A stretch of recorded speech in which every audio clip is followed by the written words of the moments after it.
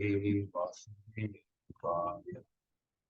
ओम नमो भगवते वासुदेवाय। नारायणं नमस्कृत्य नरं चैव नरोत्तमं देवीं सरस्वतीं व्यासं ततो जयमुदीरये। नष्टप्रायेषु भद्रेषु नित्यं भागवत सेवया भगवती उत्तमश्लोके भक्तिर्भवति नैष्टिकी। कृष्णाय वासुदेवाय देवकी नन्दनाय च भक्तिमान्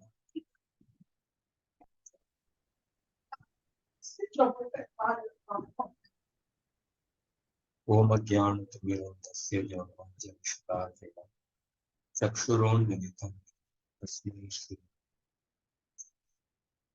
नमः पादाय सप्रेष्ठाय भूतले श्रीमते भक्तिवेदान्त स्वामिनिधि नमः। नमस्ते सारस्वती देवे गौरवाणी प्रचारिणे निर्विशेषा शून्यवादी पाश्चात्यदेशतारिणे। जय श्री कृष्ण चैतन्य प्रभु नित्यानंद श्री अद्वैत गदाधर श्रीवासादि गौर। हरे कृष्ण कृष्ण कृष्ण हरे हरे राम राम राम हरे।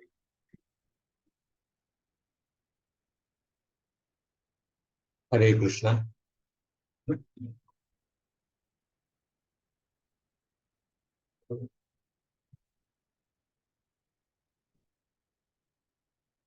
We will continue the fourth canto, first chapter, the section on Atri Rishi and Anasuya praying to the Supreme Lord, and then the Bhagavan is going to appear as Dattatreya, Soma, and Durvasa Muni to Atri Muni. So before I start the particular shloka, I want to just recite a shloka in glorification of Shukdev Goswami. After that, we will actually go to the particular shloka. So 1 minute.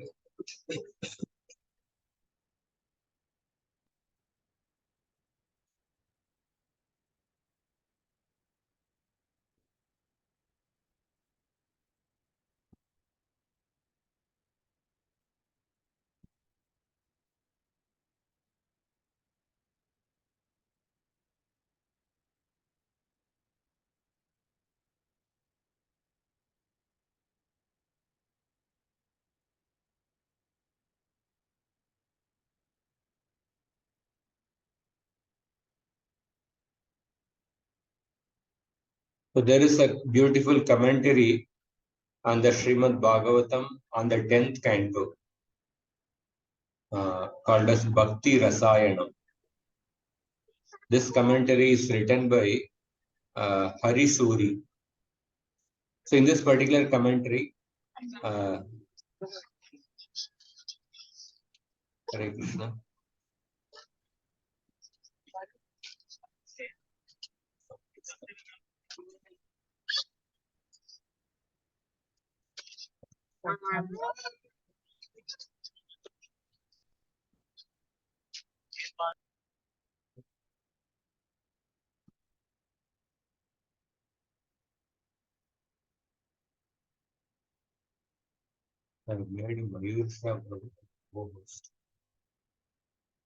So in this particular commentary on the Srimad Bhagavatam, Hari Shuri in the Mangalacharana of this commentary, he glorifies Shukdev Goswami, Vyasadeva.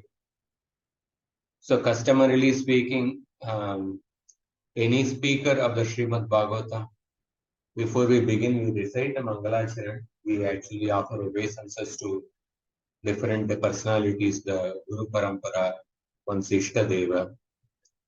And especially while speaking Srimad Bhagavatam, one is also expected to offer obeisances to the first speaker of the Srimad Bhagavatam, that is Shukadeva Goswami. So I will recite some beautiful shlokas composed by Harishuri Maharaj in glorification of Shukadeva Goswami. I will show you that shloka so that you can actually see the shloka on the screen.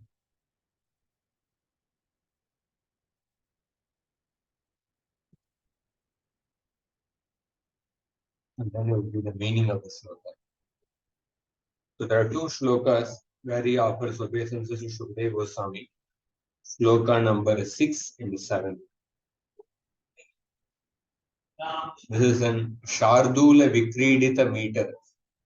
The same meter as the first shloka of the Srimad Bhagavatam, or the same meter as the Shadgoswami Ashtakam. In Shardula Vikridita, after 12 aksharas, you have to give a slight break called as yati, and then remaining 7 aksharas have to be recited. I will recite the shloka, 6th shloka. यश्चक्रे पितरं सुतैर्बहुविधैर् वृक्षादिभिः पुत्रिणम् यद्धृतिर्ललिताङ्मणासु नमणा नग्नासु मग्ना भव यद्वाणी श्रुतिराशु किं वितरति प्रोच्छिन्न दुःखं नृणाम् तं वन्दे मुनिनायकं शुकमकं सर्वान्तरस्थं सदा. What is the meaning of the shloka? That Shukadeva Goswami, Yash-chakre pitaram sutair bahuvidair vrikshadibihi putrinam. When Shukadeva Goswami was born, he immediately left the home and he went to the forest. And Vyasadeva, he went after his son Shukadeva Goswami. And he started calling out for his son. Putra, Putra. When he called out for his son, so he called out for his son Shukadeva Goswami. To that son Shukadeva Goswami, to that personality Shukadeva Goswami, whom Vyasadeva called out as Putra, Putra. So that is the first thing about the Shukadeva Goswami's renunciation is described in the very first line. Yaschakre pitaram sutair bahuvidair vrikshadibihi putrinam. So that Shukadeva Goswami who was called by Vyasadeva by the words Putra, Putra. So when Vyasadeva called out for Shukadeva Goswami, only the trees echoed in response to Vyasadeva's voice. Putra, Putra. The only trees actually gave the echo. So this instance shows Shukadeva Goswami's renunciation, Vairagya. The second line, it is described, Yad vrittir lalitang manasu na manang nagnasu magna bhavat. That means what? That personality, Shukadeva Goswami, whose mind did not even experience the slightest transformation when he saw beautiful naked ladies who were taking bath. When Shukadeva Goswami once he was going, some young ladies were taking bath without clothes. And Shukadeva Goswami was young and his body was also well formed. But his mind did not undergo even the slightest vikara. Yad vrittir Lalitang manasu na manang nagnasu magna bhavat. And this is also the second thing which is mentioned about Shukadeva Goswami, how he was completely on a liberated platform. He did not even distinguish between a male and a female body. And the third line, Yadvani Shrutirashukam Vitarati Prochinna Dukkam Drinam. One may ask, like, okay, what is the, you are describing about the glories of Shukadeva Goswami, but what is his contribution to the world? Yadvani Shrutirashukam Vitarati Prochinna Dukkam Drinam. That Shukadeva Goswami, by hearing his Vani, by hearing his speech, the miseries of all the living entities are immediately removed. And by hearing Shukadeva Goswami's Vani, Shukadeva Goswami's speech, it removes the miseries of all the living entities immediately, and it bestows happiness upon the living entities. Kam vitarati, kam means ananda, and prochinna dukkam drina. Ashu means immediately. Prochinna dukkam drinam, immediately removes all the dukkha. This is the third thing described about Shukadeva Goswami. Tam vande muni nayakam shukamaham sarvantarastam tada sada. That Shukadeva Goswami, sarva antarastam means one who is actually situated in everybody's heart. In the sense that sometimes a great devotee, by the empowerment of the Bhagavan, he can understand what is going on in the minds of every living entity. Because Paramatma is Bhagavan only, but Sarva Antarastam, by that it is showed that Shukadeva Goswami could understand what is going on in the mind of every living entity. Sarva Antarastam. So Sabhi ke Hriday mein sthit hai. To that Muni Nayakam, to that best among the Munis, to that Muni Shrestha Shukadeva Goswami, Tam Vande, I offer my obeisances. It's a very beautiful shloka in glorification of Shukadeva Goswami. We'll also recite the next shloka, seventh shloka. I hope you can read you are able to see the shloka. This is also in the Shardula Vikridita Chanda. The same tone we recite. Drishtva yasya niratyaya magaraho. Drishtva yasya niratyaya magarahar. Godoha matrastitam. Gosandoha nivasameva vidade. Narayanopi swayam. Karne lagnamihaikavaramapai. Chenmoksharpane lagnakam. Pumsam yadvadanamrutakta vachanam. Tam vyasa sunum numa. So in this shloka, also Harishuri Maharaj is offering obeisances to Shukadeva Goswami. Drishtva yasya niratyayam aharahar godoha matra sthitam. When Shukadeva Goswami, he would go to a particular house to beg some food, to beg for some milk. How long he will stay there? Godoha matra sthitam. He will stay in a particular house only for the time it takes for a person to milk a cow.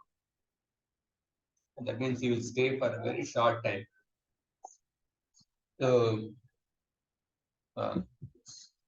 And this shows actually the sadhus, they go to the like sadhus like Shukdev Goswami traditionally, they would go to a householder's place for a short time, but they will contribute more by giving transcendental knowledge.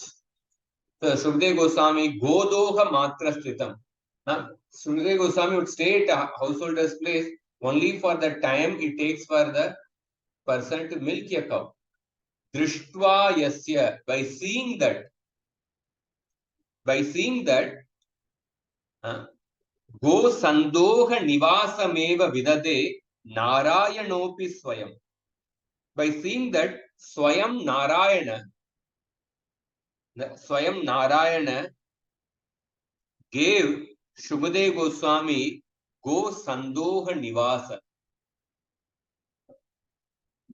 Go Sandoha or Narayana made Shukdev Goswami Go Sandoha Nivasa. After seeing that Shukdev Goswami stays at a householder's place only for the time it takes for a person to milk a cow, after seeing that Narayana made Shukdev Goswami Go Sandoha Nivasa. So the second line, Go Sandoha Nivasa, what does it mean? So go, the word go, it has the meaning of a cow. That is the meaning in the first line. Go doha matram. But in the second line, the word go, the word go means vani. The word go means vani, or especially here it means samasta veda vani. So go sandoha nivasa means Narayana made him the shelter place of all the essence of the Vedas.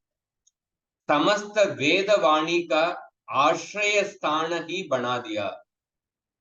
Go Sandoha Nivasa means Samasta Veda Vani ka Ashraya Sthana. So when Narayana saw that Shukdev Goswami stays at a householder's place only for the time it takes for a person to milk a cow, by seeing that Shukdev Goswami's renunciation and his bhakti, Narayana made him the Go Sandoha Nivasa. He made his mouth the shelter of the essence of all the Vedas, that is Srimad Bhagavatam.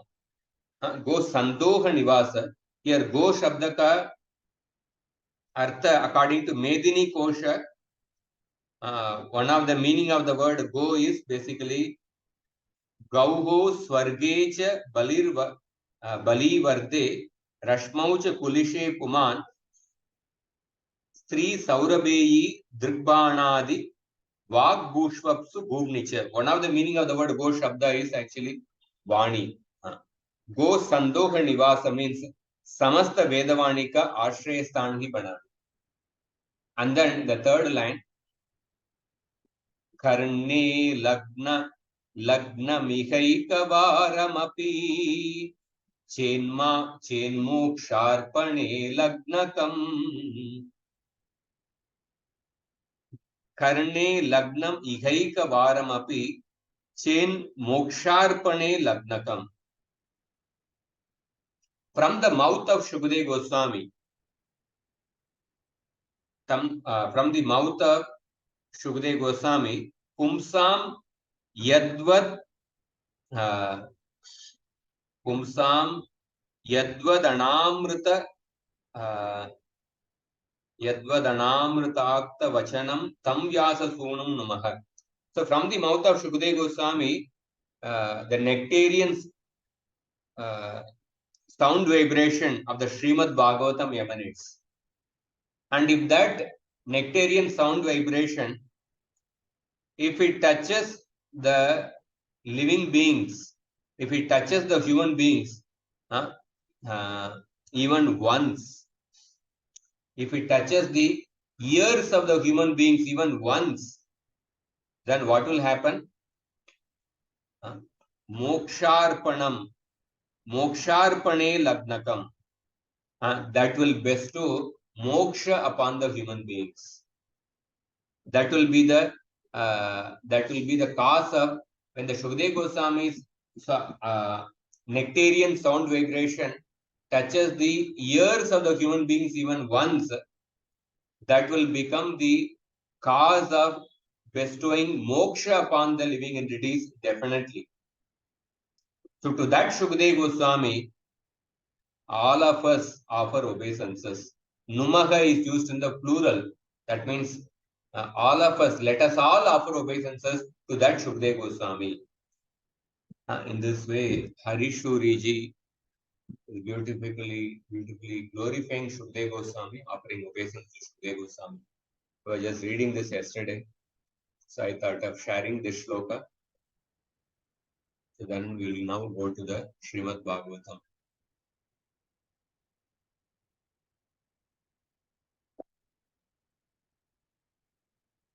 So we have come to the section where Atri Rishi, in front of Atri Rishi, Brahma, Vishnu and Shiva, all of them have appeared. So Atri Rishi is asking a question.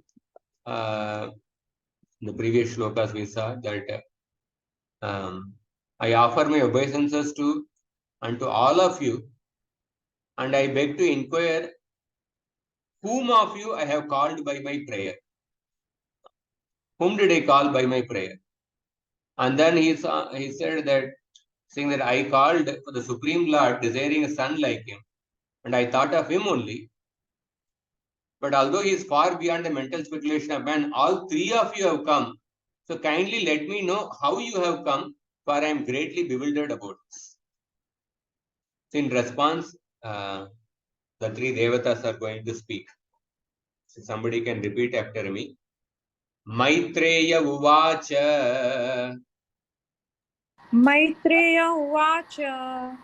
Iti tasya vacha shrutva. Iti tasya vachah shrutva. Trayaste vibudarshabah. Trayaste vibudarshabah. Trayaste vibudarshabah.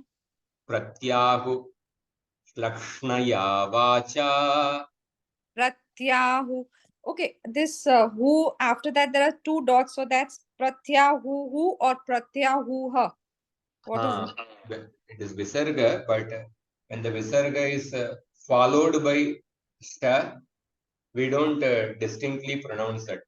Normally Ramaha, like that we pronounce. Pratyahu, after that sha is coming.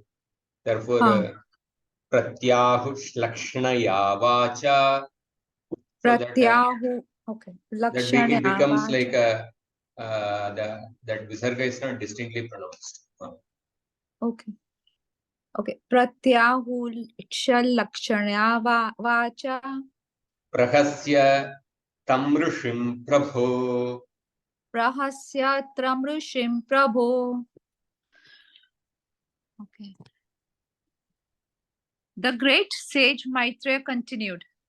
Upon hearing Atri Muni speak in that way, the three great deities smiled, and they replied in the following sweet words. So the three devatas are replying. The smiling face, yes, giving a very sweet reply. We'll go to the next shloka. Deva Vuchuhu. Deva Vuchuhu. Yatha kritaste sankalpo. Yatha kritaste sankalpo. Bhavyam tenaiva nanyatha. Bhavyam tenaiva jnanatha. Tatsankalpasya te brahman. Satsankalpa pasyate brahman. Yadvai dhyayati te vayam. Yadvai dhyayati te vayam. The three deities told Atri Muni, Dear Brahmana, you are perfect in your determination, and therefore, as you have decided, so it will happen. It will not happen otherwise. We are all the same person upon whom you were meditating, and therefore we have all come to you. So the three devatas, the three devas are replying, "Hey Brahman, O Brahmana, yata kritaste sankalpo bhavyam tenaiva nanyatha." Since your wish, since your sankalpa cannot be unfulfilled, as you have wished, it will definitely, your sankalpa will be fulfilled. It will come to pass. Na anyatha, not otherwise. And then they say, Vayam, we are that person upon whom you meditated. Satsankalpasya yad vai dhyayati te vayam. We are the same person upon whom you meditated. So, the three devatas are clarifying. So the Vishwanath Chakravarti gives the meaning. The devatas are telling to the Atri Rishi, you desired that you should have one son equal to the Lord of the universe, Jagadishwara. But then you had a doubt as to who was the Lord of the universe. And therefore, you meditated on all three of us.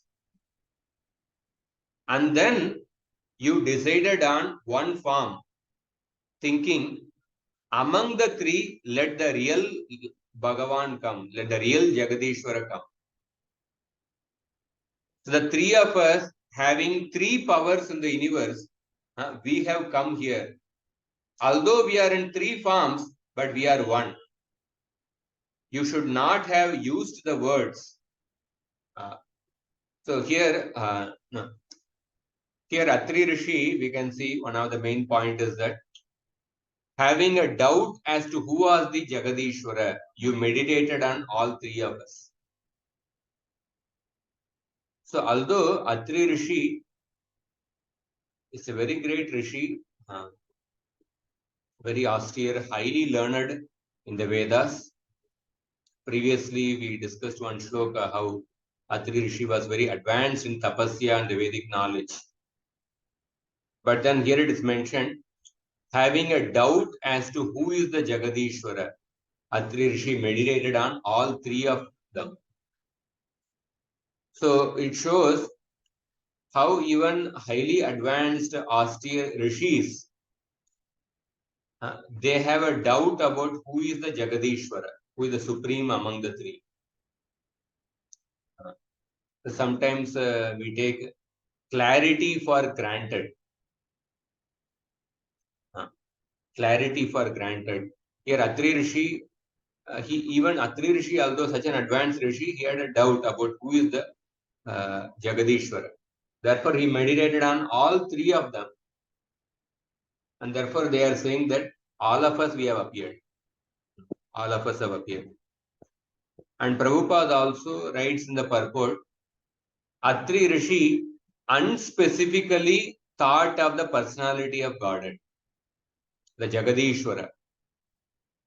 Although he had no clear idea of the Lord of the universe, nor of a specific form. The word Jagadishwara, it can refer to Mahavishnu, because from Mahavishnu's breathing, millions of universes emanate. Therefore, Jagadishwara can refer to Mahavishnu. And Garbhodakshai Vishnu may also be called as a Jagadishwara, because Garbhodakshai Vishnu's navel is the birthplace of the flower in which Brahma is born. And Shirodakshai Vishnu, who is the Paramatma of all living entities, he may also be considered as a Jagadishwara. In that way, the three Vishnus can be considered as a Jagadishwara.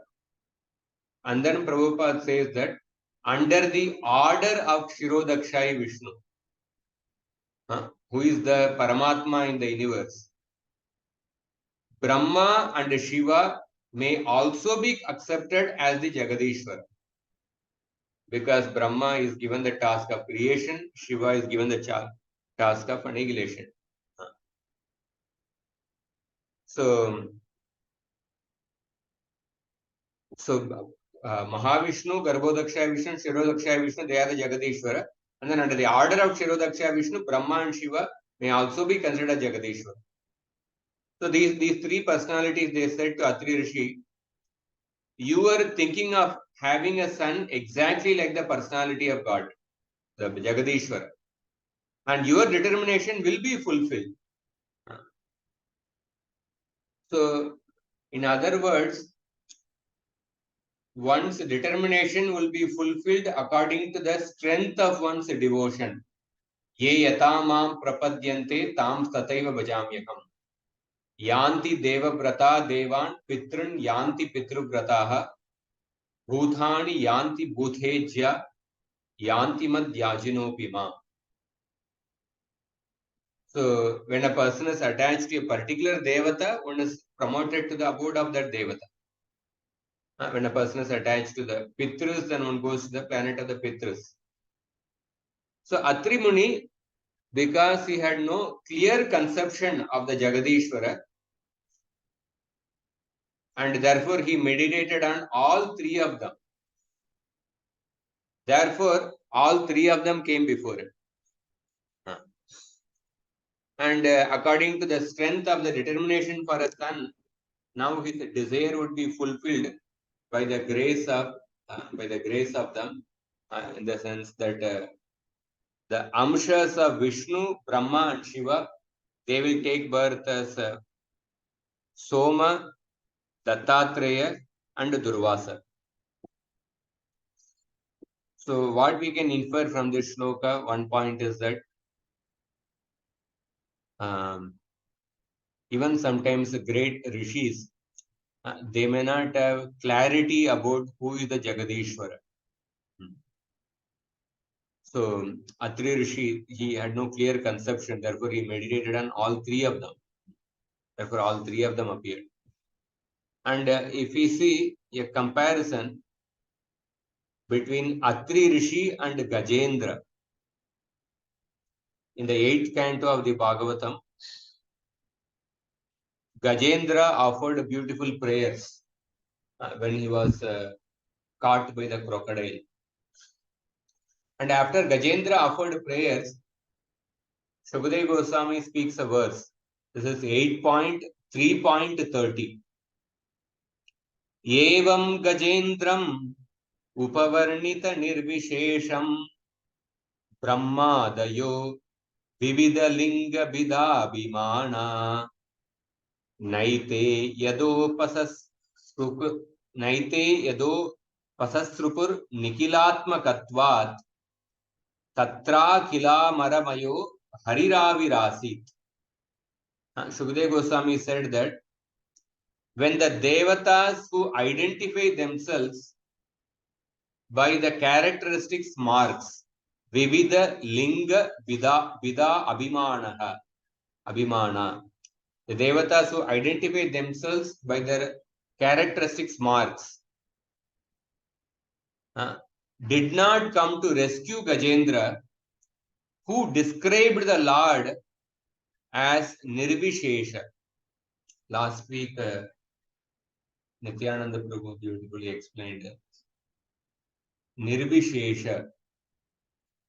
So Nirvishesha, he explained, some philosophers, they say that Bhagavan is without any Vishesha. So Srila Prabhupada went to destroy or defeat this Nirvishesha Vada. So Nirvishesha, it also has another meaning, and this another meaning comes in this 8th canto verse. Nirvishesha means beyond material perception, and this is another meaning. Or the Lord who does not have a Nirvishesha, or the Lord who has a non-material form. Vishesha can refer to the material characteristics, material material qualities. Nirvishesha means who is without material qualities, who is without a material form. So when the devatas who identify themselves by characteristic marks did not come to rescue Gajendra, who described the Lord as Nirvishesha, beyond a material perception, and that Supreme Lord, the personification of all the devatas, Akhila Amara Mayo Hari, the personification of all the devatas appeared, Avirasit, because he is the Nikila Atmakatva, because he is the Atma of all beings, he is the Paramatma of all beings. So why I am taking this comparison between Atri and Gajendra? So Atri Rishi had a doubt about who is the Jagadishwara, and therefore he meditated on all three of them. Therefore, all three of them appeared. In the case of Gajendra also, when Gajendra offered prayers, Prabhupada explains that from the description of Gajendra, he apparently was aiming at the supreme authority, although he did not know who the supreme authority is. Because if you read the Gajendra's prayer, he did not use a specific name to refer to the Supreme Bhagavan. But Gajendra knew one thing. There is a supreme authority who is above everything. He knew that clearly. But Atri Rishi, in one sense, he had a doubt. That is why he meditated on all three of them, Brahma, Vishnu, and Shiva. If he did not have a doubt, then he would have meditated upon Vishnu only. Because he had a doubt, maybe all three of them can be Jagadishwara, therefore he meditated on all three of them. But real Jagadishwara is the three Vishnus, Brahma and Shiva. They are Jagadishwaras, as Prabhupada said that they are Jagadishwaras being appointed by the Lord. Brahma and Shiva.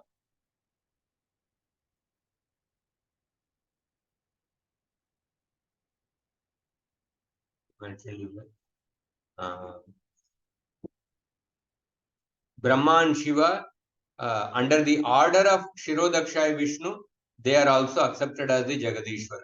They are empowered by Vishnu.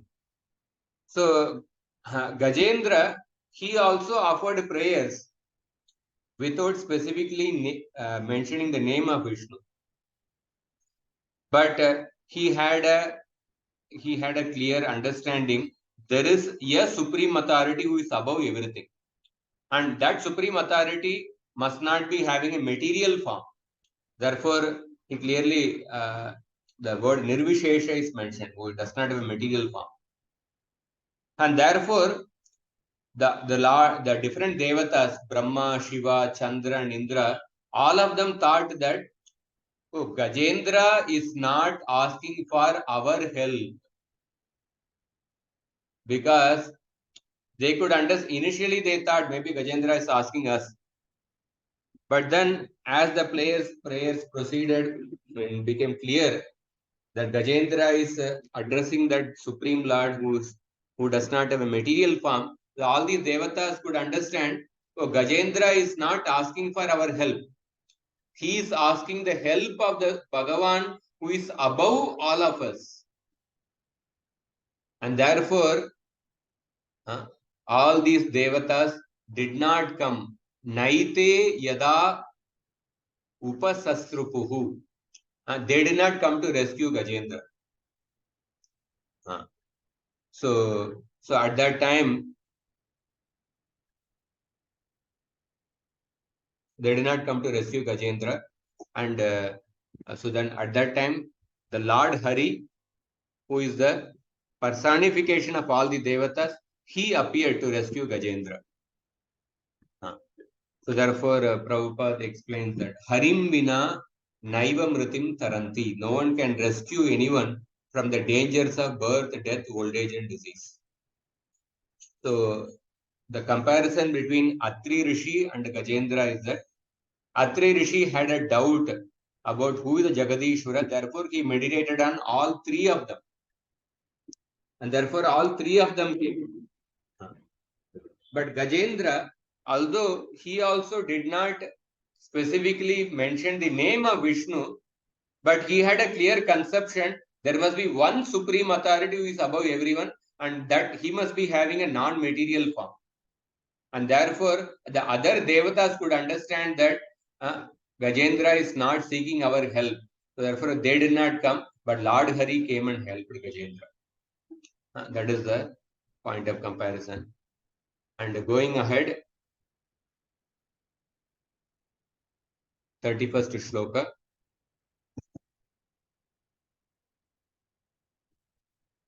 अतास्मदंश भूतास्ते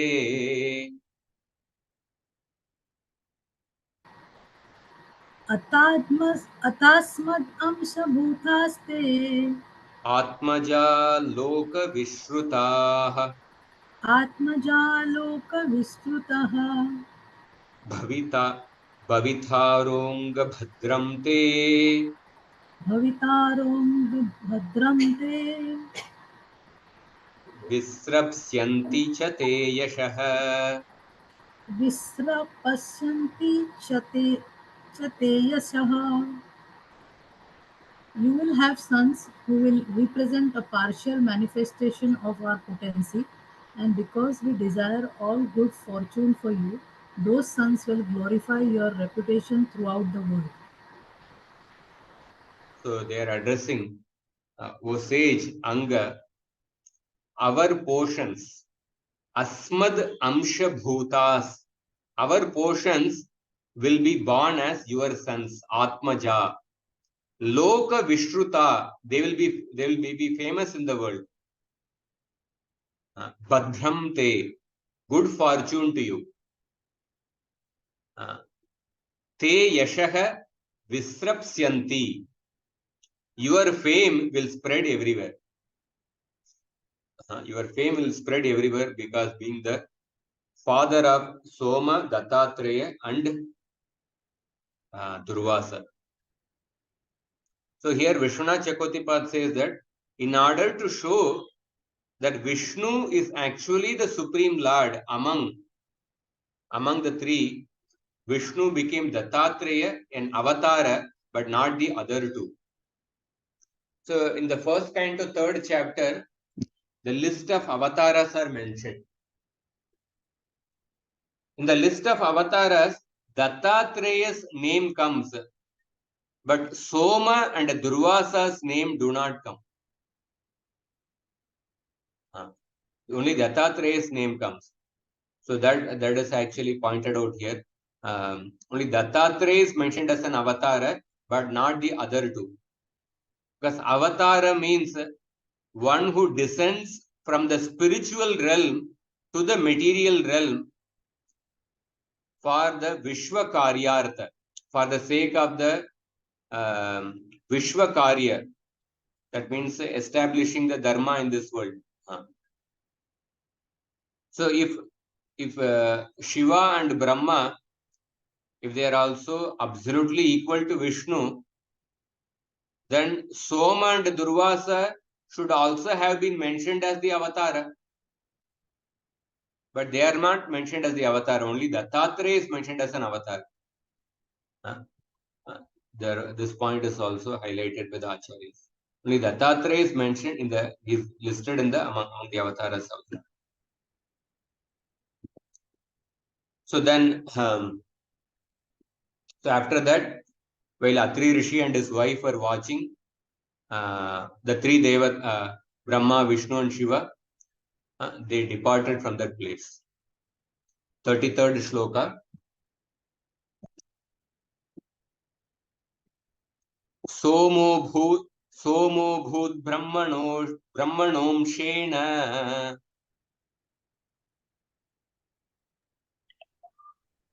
सोमो भूद्ब्रह्मणो येन Datto Vishnustu Yogavid. Datto Ignostu Yogavid.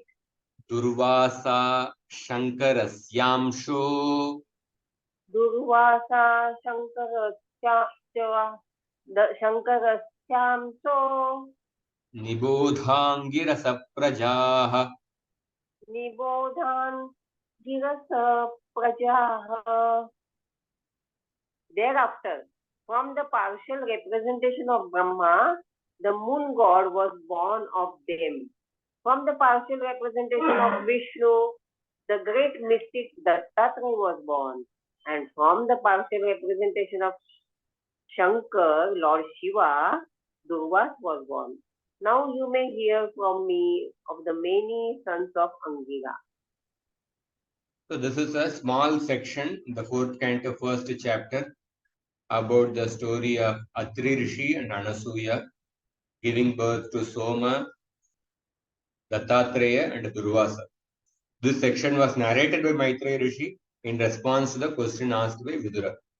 And Maitreya Rishi continues the description of the other daughters of Kardama Muni and Devahuti, the descendants through the other daughters of Kardama Muni and Devahuti. So I will quickly go through some of the shlokas because they are just mainly, there are not much purport is there. So next is Shraddha is another daughter of Devahuti. She was married to Angira Rishi. And Shraddha and Angira Rishi, they gave birth to 4 daughters, Sinivali, Kuhu, Raka and Anumati. And besides these 4 daughters, Shraddha and Angirasa, they gave birth to another 2 sons, Utatya and Brihaspati. And then Pulastya. Pulastya was another sage. Pulastya's wife names, I don't know. Pulastya begot in his wife Havirbu, one son of the name Agastya, who in his next birth became Dakhragni. Besides him, Pulastya begot another very great and saintly son whose name was Vishrava. So Havirbu is actually maybe one of the daughters of Devahuti and Kardama Muni, and she was married to Pulastya. So Agastya and then Vishrava. And you know the famous Vishrava had 2 wives. The first wife is Idavida, from whom Kuvera was born, the master of the Yakshas. And the next wife is Keshini, and from whom 3 sons, Ravana, Kumbhakarna and Vibhishana were born. And Gati, the wife of the sage Pulaha, gave birth to 3 sons named Karmasreshta, Variyan and Sahishnu, and all of them were great sages. So Gati is the 5th daughter of Kardama Muni and Devahuti, and she was very faithful to her husband, and all her sons were as good as she. And Kratu, the 6th daughter of Kardama Muni and Devahuti, is Kriya, and Kriya was married to Kratu. So they gave birth to 60,000 sages called as Valakilyas. And these sages were greatly advanced in spiritual knowledge. So Krator api Kriya Bharya Valakilyan Anasuyata Rishin Shashti Sahasrani Jwalato Brahma Tejasa. So they gave birth to 60,000 sages called as Valakilyas, and they were Brahma Tejasa. They were highly advanced in spiritual knowledge. Therefore, their bodies were illuminated by such knowledge, by the Brahma Teja. So there is one slight story which comes in relation to Valakilyas in the Mahabharata. So one of the speciality of this Valakilya is that Valakilyas only, they gave the name Garuda to Lord's carrier Garuda. So this story comes in the Mahabharata, I think Adi Parva. The Valakilya rishis were performing austerities in a branch by standing upside down. And Garuda came and sat on the branch of that huge tree. And then the branch started breaking. And then, but then he saw that these Valakilyas were actually performing austerities in that branch by standing upside down. So then Garuda wanted to protect them. Therefore, in order to protect them, Garuda held the branch along with the elephant and the tortoise. I don't know who is the elephant and tortoise, but I have to check in the Adi Parva. Along with elephant and tortoise. And by seeing this great task of Garuda, who was holding that branch and also the elephant and tortoise, Valakilyas named him as Garuda. I think the Vyutpatti of Garuda word, it is related to somebody who performed a great task. So Valakilyas, they gave in the name Garuda. And then Valakilyas, they left that branch and they went to Himalayas to perform tapasya. So this is something about the Valakilyas. So these Valakilyas were born to Kratu and Priya. So Prabhupada says that they were known as Valakilyas because they all retired from the family life as the Vanaprasthas. The Valakilya, I think the word must be the Vyutpatti. The root Vigraha Vakya of the Valakilya word is related to the meaning, those people who have retired from the family life and who have entered the Vanaprasthas. And then the next daughter of Kardama Muni and Devahuti, that is Urja, sometimes also called as Arundhati. This Arundhati or Urja was married to Vasishtha. And Vasishtha and Arundhati, they gave birth to spotless great sages. Sapta Brahma Rishayo Amalaha.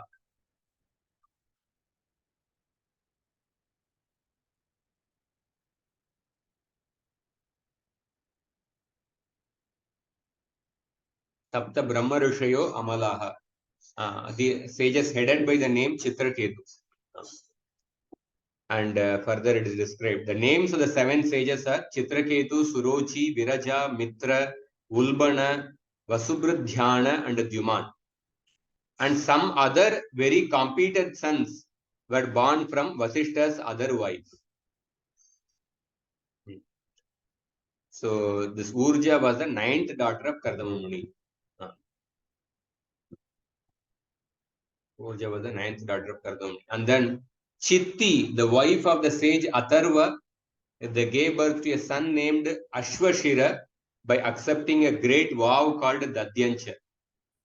Now you may hear from me about the descendants of the sage Bhrigu. So we'll continue from the 43rd shloka next week. Actually. So this chapter contains many names of the descendants of the, and there is also another interesting section which will come probably next week. I will discuss that about the family, Dharma family, Dharma and its different wives. So if anybody has any questions or comments.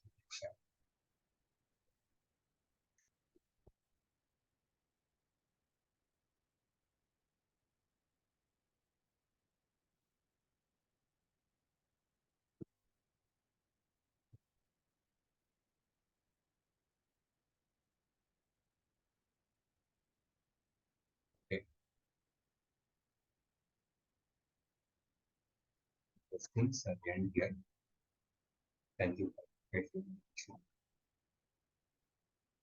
Kantaran, Srimad Bhagavatam ki jai, Srimad Bhagavatam ki jai.